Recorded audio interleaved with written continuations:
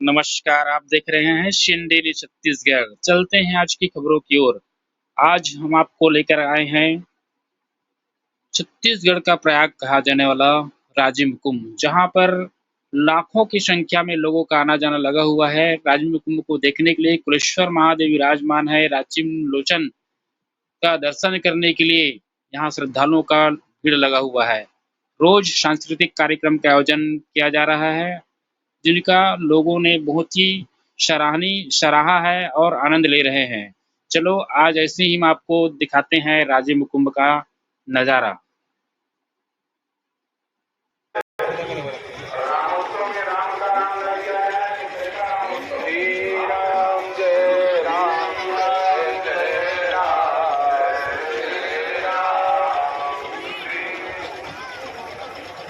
बोलिए श्याम रामचंद्र की जय, श्री कुलेश्वर महादेव की जय, श्री राजीव लोचन भगवान की। प्रचार करने के लिए, असुर अधर्म का प्रचार करने के लिए सबसे पहले वन विभाग को पकड़ते हैं। कौन से विभाग को पकड़ते हैं? वन विभाग से। याद रखिएगा, ये धर्मांतरण करने वाले जितने लोग हमारे छत्तीसगढ़ में प्रवेश करते हैं ना, ये वन विभाग से वनवासी गिरवासियों के बीच से ही प्रवेश करते हैं। और हमारे आज मुख्यमंत्री जी माननीय प्रदीप मिश्रा जी से मुंगेली के सभा में भी निवेदन कर रहे थे कि हमको छत्तीसगढ़ को धर्मांतरण मुक्त करना है। उसके लिए जसपुर, सरगुजा, आपके जगदलपुर, दंतेवाड़ा, वनवासी क्षेत्रों में, गिरवासी क्षेत्रों में बागेश्वर धाम और प्रदीप मिश्रा जैसे विशाल आयोजनों को करा करके हमको धर्म का एक स्तंभ स्थापित करना पड़ेगा। और हमारे बृजमोहन अग्रवाल जी ने भी वही कार्य किया है। हमारे बृजमोहन जी का परिचय ही राजिम कुंभ से है। मुझे यह बात कहने में कोई संकोच नहीं होता कि राम जन्मभूमि निर्माण का पुराना परिचय महाराज विक्रमादित्य से था। विक्रमादित्य ने राम जन्मभूमि में मंदिर को फिर से पुनरुद्धार कराया था, जिसको दुर्दांत दैत्य बाबर ने तोड़ दिया था। और आज उसको भारत के प्रधानमंत्री नरेंद्र मोदी जी के कार्यकाल में फिर से स्थापित किया गया। जैसे विक्रमादित्य का जीवन राम मंदिर से जुड़ा, जैसे काशी विश्वनाथ का मंदिर अहिल्याबाई होलकर के जीवन से जुड़ा, जैसे मथुरा का जन्मभूमि का मंदिर महाराज राजा मधुकर शाह के जीवन से जुड़ा, जैसे भारत के प्रधानमंत्री का जीवन राम जन्मभूमि से जुड़ा, वैसे ही राजिम कुंभ जब तक रहेगा बृजमोहन अग्रवाल का नाम याद रखा जाएगा कि ये व्यक्ति था जिसने अपने शासनकाल में अपने पूरा समय लगा करके इस राजिम कुंभ को स्थापित किया। यह राजिम कुंभ सदा चलना चाहिए, यही संकल्प लेते हुए अपने वाणी को विश्रामित करता हूँ। जय जय श्री राम, जय जय श्री राम।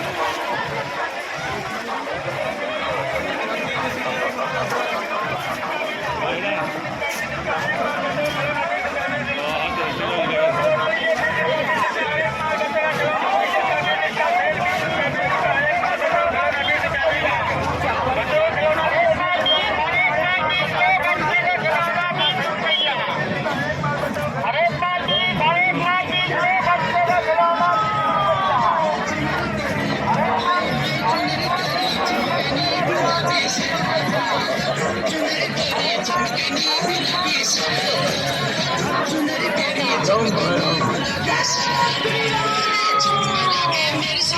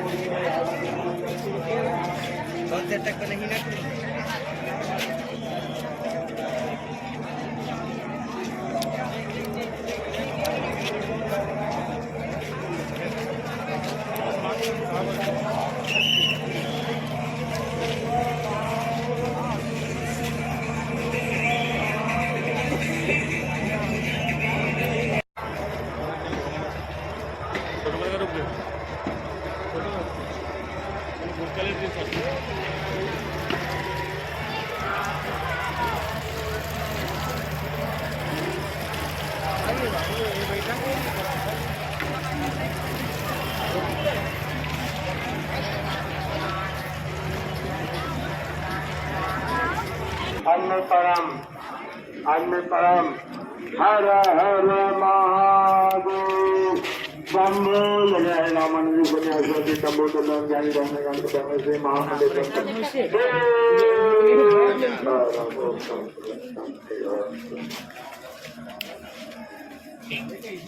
फोटो बनाते हैं घुमाकर आर्थिक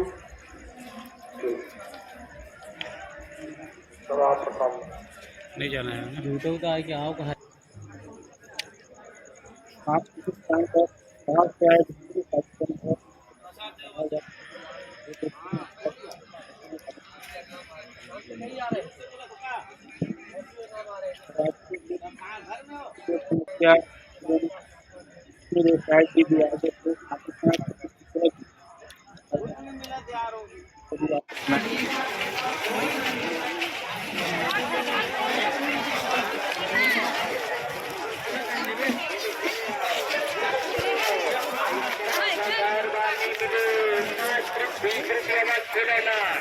मात्र 20 रुपये में खिलौना लेका मन के खेले में ये जो बने बने सुंदर सुंदर खिलौना। और हम लोग को बहुत संतों का आशीर्वाद मिला है, आदरणीय प्रतिष्ठा जी का आशीर्वाद मिलेगा, हमारे नेताओं का भी आशीर्वाद मिला है। मुझे ज़्यादा कुछ करने की आवश्यकता नहीं है। अभी कुलेश्वर महादेव के आशीर्वाद से हम लोगों की सरकार को मात्र 2.5 महीने हुए हैं, लेकिन छत्तीसगढ़ की जनता ने पिछले विधानसभा के चुनाव में हमारे देश के यशस्वी प्रधानमंत्री नरेंद्र मोदी जी पर विश्वास किया, उनकी गारंटी पर विश्वास किया, मोदी की गारंटी पर विश्वास किया। और मोदी जी ने जितना वादा चुनाव के दौरान छत्तीसगढ़ की जनता से किए हैं, उन वादों को पूरा करने की दिशा में हमारी सरकार का कदम चल चुका है। हम लोग 2.5 महीने में ही 18 लाख प्रधानमंत्री आवास बनाने का निर्णय लिए हैं। 2 साल का बकाया बोनस 12 लाख से ज्यादा किसानों का 3716 करोड़ रुपया उनके खातों में दे चुके हैं। 21 क्विंटल धान प्रति एकड़ खरीद चुके हैं। इस साल बम्पर धान की खरीदी हुई है। 145 लाख मीट्रिक टन धान की खरीदी हुई है। 3100 रुपये प्रति क्विंटल धान का कीमत देने की बात किए हैं।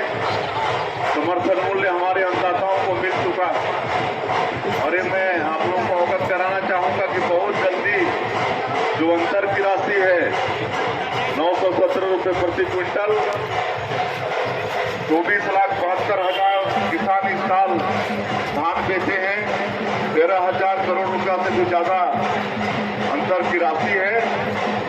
चुनाव घोषणा होने के पहले उनके खातों में हम लोग भेजने का काम करेंगे।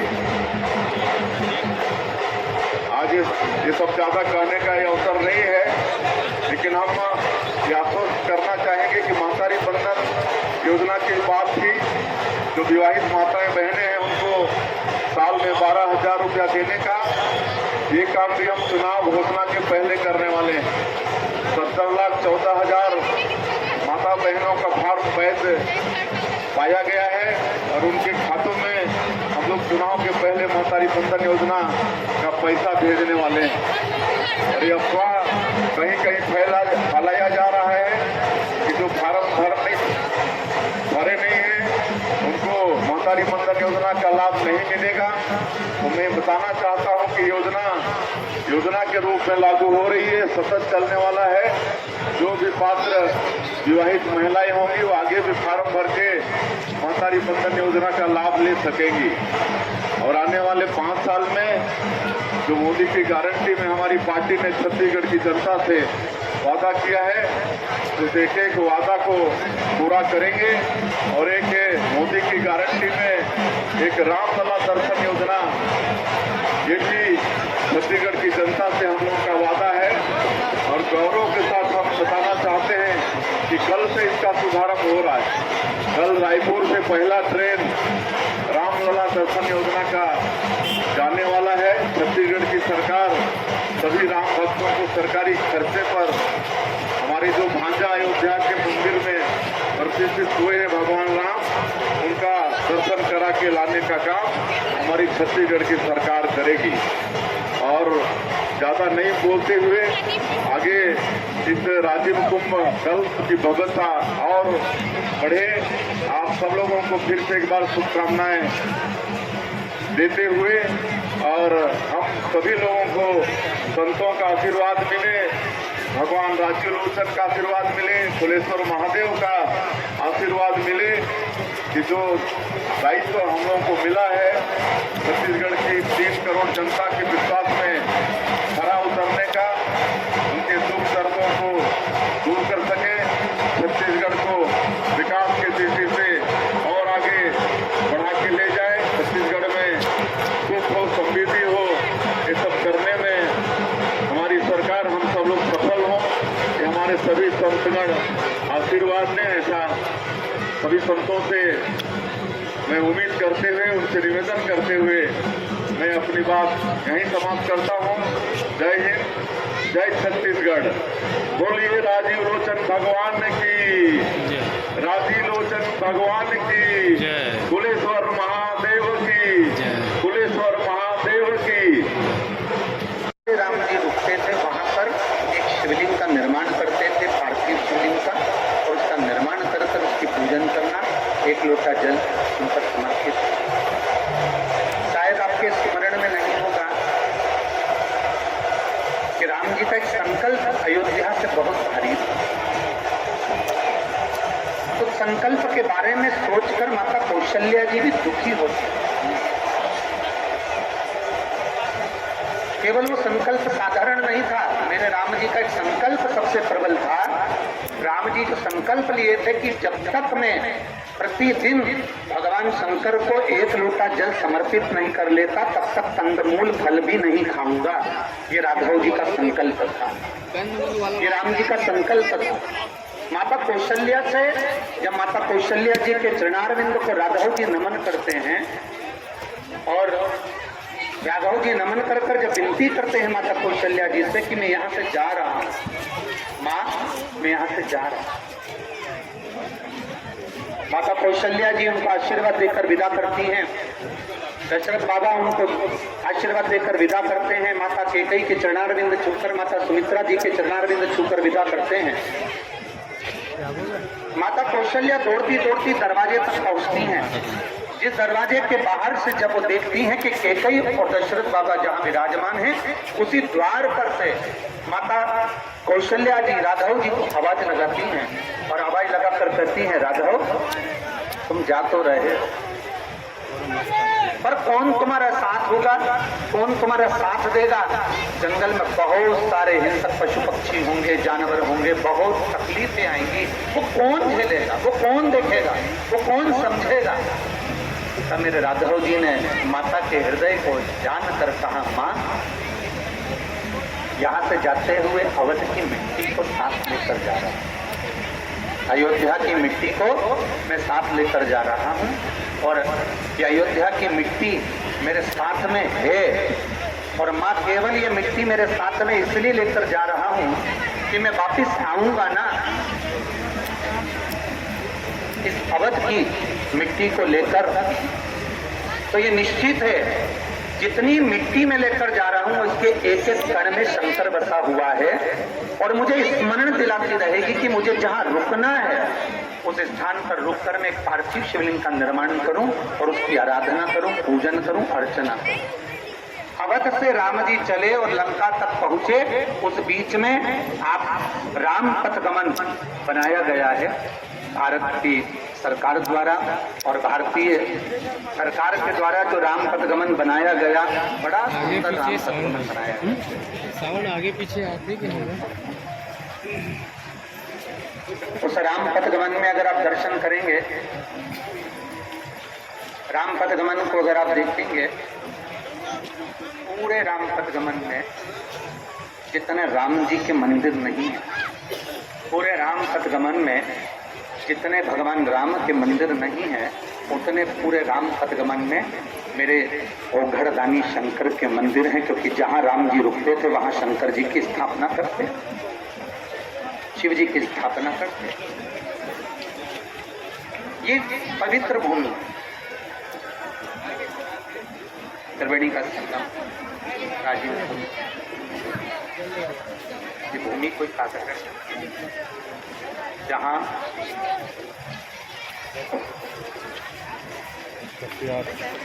पर माता जानकी स्वयं भगवान शंकर के शिवलिंग का निर्माण करती,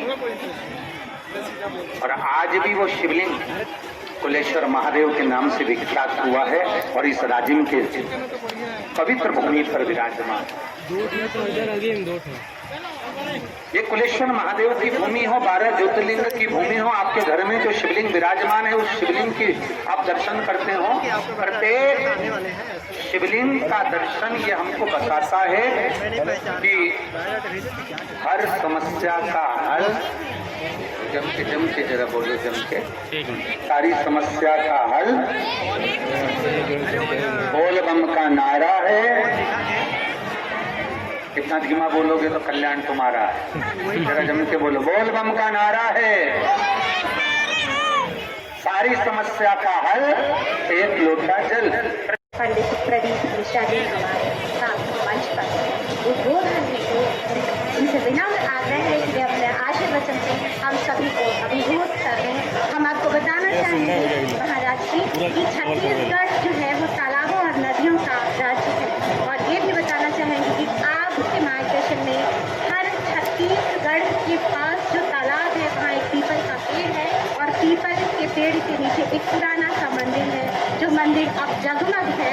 आपके बताने के अनुसार छत्तीसगढ़ की पूरी बहनों की ओर से मैं आपका आभार व्यक्त करना चाहूँगी कि आपने हमें शिव भक्ति में डुबोया, और पूरे आदर के साथ, पूरी विनम्रता के साथ उद्बोधन के लिए मंच को लगाम। छत्तीसगढ़िया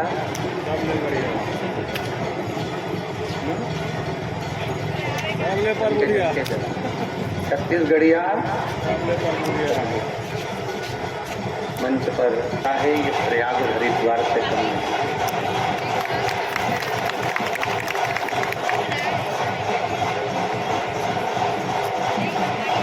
यहाँ आने पर कहा गया कि शिव जी विराजमान हैं, राजीव लोचन जी विराजमान हैं, भगवान राघव जी का स्वरूप सदा आनंद के साथ विराजमान है। और इस भूमि पर चरण रखते से ही ऐसा लगता है कि केवल एक शंकर नहीं, राजिम के पूरे कंकर कंकर में शंकर बसा हुआ है। जिस भूमि पर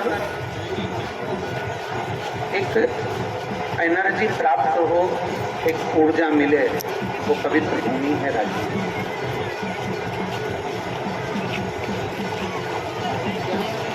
मैं यहाँ पर बहुत सारे पत्रकार बंधु, बहुत सारी सोशल मीडिया वाले विराजमान हैं।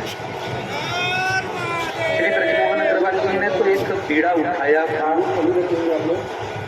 कि इस छत्तीसगढ़ की पवित्र भूमि पर संतों का आगमन हो और संत यहाँ पर आए, त्रिवेणी का स्नान करें, राघव जी के दर्शन करें, राजीव लोचन जी के दर्शन करें, कुलेश्वर महादेव के सुंदर अभिषेक दर्शन करें।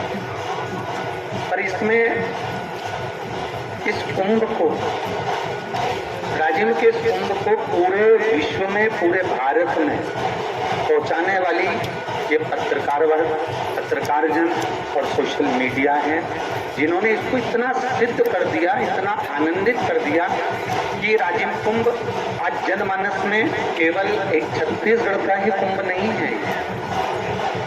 प्रत्येक प्रदेश के एक एक जनमानस के हृदय में राजिम का कुंभ बसा हुआ है और आज नहीं तो कल प्रत्येक प्रदेश से राजिम कुंभ में भक्तों का आगमन होगा और यहाँ आकर वो दर्शन करेंगे, स्नान करेंगे और यहाँ पूजन करेंगे।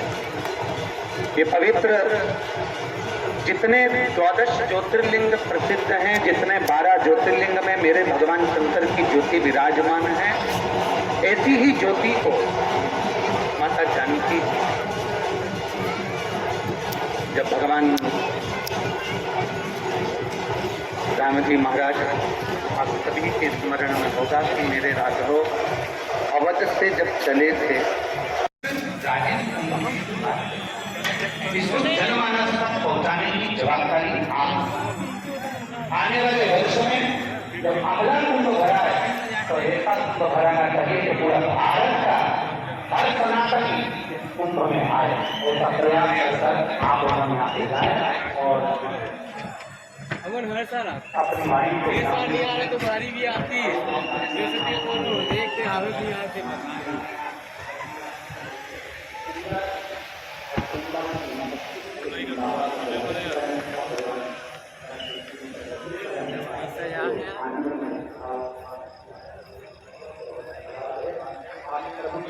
यह है राजिम कुंभ का महाआरती का स्थल। यहाँ पर गंगा आरती किया जाता है। जितने भी अतिथि संतगण आते हैं उनके द्वारा यहाँ पर गंगा आरती का कार्यक्रम किया जाता है। कितना अद्भुत और कितना विशाल यहाँ पर साज सज्जा देखिए, इतना सजाया हुआ है कि ऐसा लगता है कि यहाँ पर रहो तो देखते ही रहो, ऐसा मतलब सजावट राजिम कुंभ में किया गया है।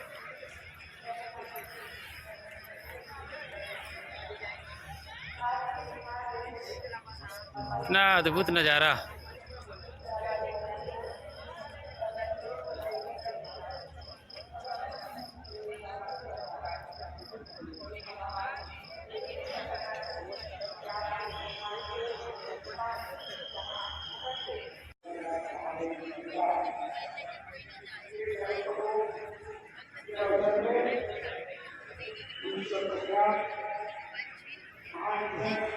यहाँ महाआरती की जगह पर, गंगा आरती की जगह पर 12 ज्योतिर्लिंग का यहाँ पर स्थापना किया गया है। अभी पूजा के पहले इसको ढक दिया गया है। जितने भी शिवलिंग यहाँ पर स्थापित किए गए हैं, यहाँ पर 12 ज्योतिर्लिंग का दर्शन किया जा सकता है। ये देखिए, सभी ज्योतिर्लिंग का यहाँ पर स्थापना किया गया है।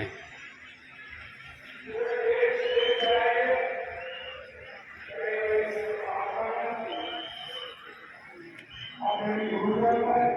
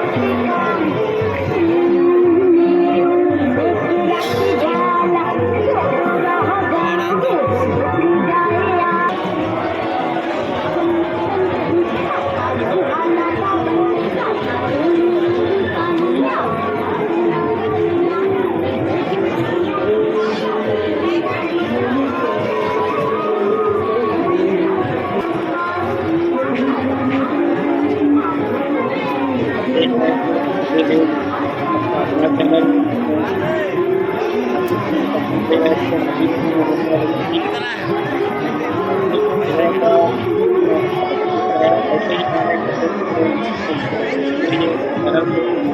you.